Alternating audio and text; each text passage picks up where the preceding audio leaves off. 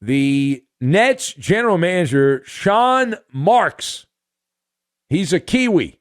Sean Marks delivering a public haymaker at Kyrie Irving. Unexpected. Marks was asked a rather benign question, an obvious question, about whether or not the team expects Kyrie to be part of the future. It's the kind of question you answer with your usual sports cliche answer. But that's not what Sean Marks did. He said the Nets are looking for guys who want to be a part of something bigger than themselves when asked about Kyrie Irving's future. Now, just to prove I am not a liar, as Warner Wolf used to say, let's go to the audio tape. Here's Sean Marks, the general manager of the Nets, on what the team expects going forward. I think we know what we're looking for. We're looking for guys that want to come in here, be part of something bigger than themselves, play selfless, play team basketball, and be available. And that goes not only for Kyrie, but for everybody here. Yeah. But it was really, he was asked about Kyrie. So the answer was about Kyrie, who we can hear. And let us discuss, and could also say Ben Simmons with a wink and a nod, but we'll focus on Kyrie. The question, are these comments, the comments you heard, and there were some other quotes from Sean Marks, are these comments from the Nets general manager about Kyrie Irving inbounds or out of bounds? So they are inbounds. The ruling is inbounds. My observations here, you've got messenger pigeon, bohemian, and fruit. And we will combine all of these random things together and make the baba ganoush. We're going to make the baba ganoush. All right, so number one. I am pleased and surprised at the same time by these comments. I have no skin in the game. I am pleased because it sounds like somebody with the Nets has finally gotten fed up. I am surprised for the same reason that they finally reached the point of demarcation here. It's the first step in a long process to change the direction of the ship. It is inevitable that at some point, sooner than later, we would come to a come-to-Jesus moment. A couple of years ago, we all know what happened here. The Brooklyn Nets, the team that formerly played in New Jersey, made a Faustian bargain. They had champagne wishes and caviar dreams, and Brooklyn Brass yielded control of the franchise to Kevin Durant and his right-hand man, his underling, Kyrie Irving. And high expectations. At this point, we're a couple years into this experiment, and they've got nothing but headaches and nausea to show from Kyrie and KD side by side. So I consider this comment by the Nets executive as a messenger pigeon delivery, a very public rebuke of Kyrie and also Ben Simmons, but he was asked about Kyrie, so we'll focus on Kyrie.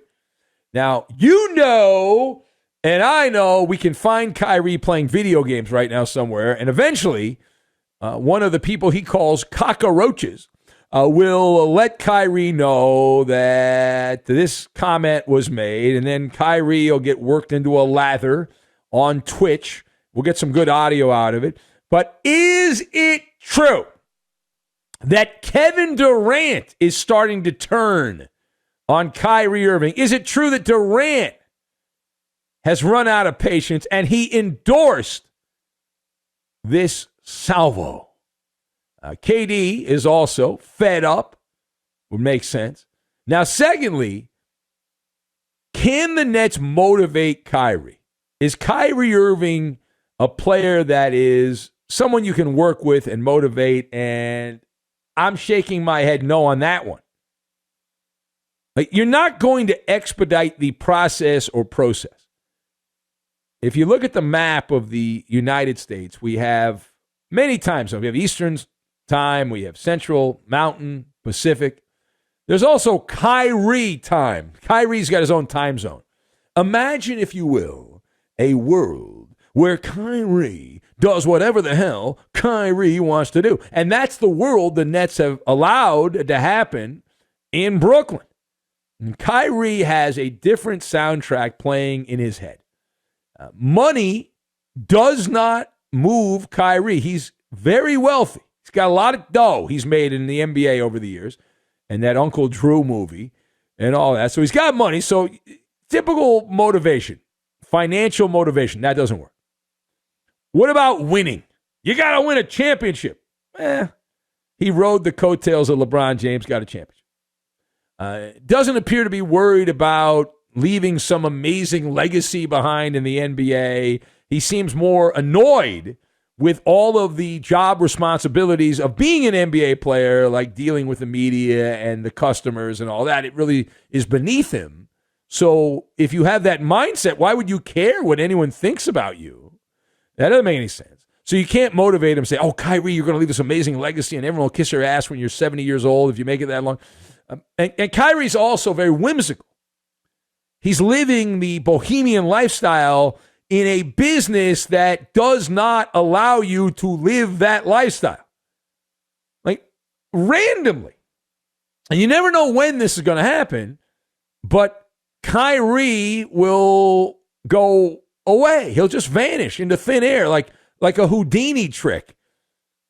And whatever the cause of the month is, whatever the big outrage of the month is, and Kyrie will leave his job behind and he'll say, I'm no longer a basketball player. I'm going to use my platform as an activist. How do you run a business like that? I think the Nets are finally realizing you can't. And even when Kyrie is playing, he's not available. All right, so it's like this weird thing. After the COVID mandate was finally lifted by the idiot politicians in New York, Kyrie Irving played in each of the Nets' final 14 games. I saw this stat. I want to share it with you. It's an amazing stat to me. So Kyrie played the final 14 games, including the playoffs this year for Brooklyn. Why does that matter? Believe it or not, that is the longest streak of consecutive games played for Kyrie Irving in almost 5 years. In almost 5 years. Kyrie truly treats the NBA profession as a part-time job. And certainly the regular season is a nuisance. Now, he's not alone in that. There's many star players that treat basketball that way.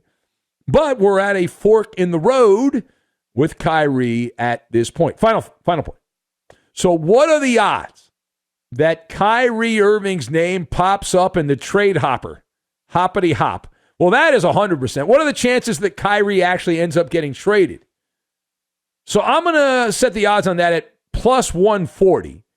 Which is a 40% chance. Now, I ran a rumor website years ago, and I love a good rumor. And I guarantee you that the gossip mongers, their eyeballs right now are like saucers. Their ears are all perked up. They're starting to salivate. Why is that? Because they got a new guy to put out on the trade rumors. Now, Kyrie, at this moment, it's his move on the chessboard. He has to decide whether or not to pick up a player option or test the market. Either way, his name is on the trading block. The usual suspects, the Lakers, big market teams like the Bulls, the 76ers. I think we can eliminate the Celtics at this point, but any high-profile team that'll get clicks, Kyrie's name will be mentioned. Now, Irving could also opt out, but he would still be talked about in trade rumors because they have the sign and trade. Right? He can get more money from the Nets, get the sign and trade. Would there actually be a market? Would teams legitimately be interested, or would this all be a bunch of hot air? So the answer is, it's complicated, but the answer is yes. Like, think of it like fruit, biblical fruit. Kyrie Irving is the forbidden fruit in the NBA. He's so good at playing basketball. He's so talented on the court that if you're running an NBA team, you're in the business of talent. You need the currency of talent. So you would be willing to make excuses for all of the bad behavior that Kyrie Irving brings to the table. That the fans hate him. He's surly with the media. Doesn't actually like playing every game. He's fragile. Like, you'd find a rationalization and you'd justify all of that. You'd be an enabler. You'd enable Kyrie to get away with it, is what you would do. So that's the reality of the situation at this point, and I'm sure we'll have plenty of time to revisit this. We'll circle back to this at some point.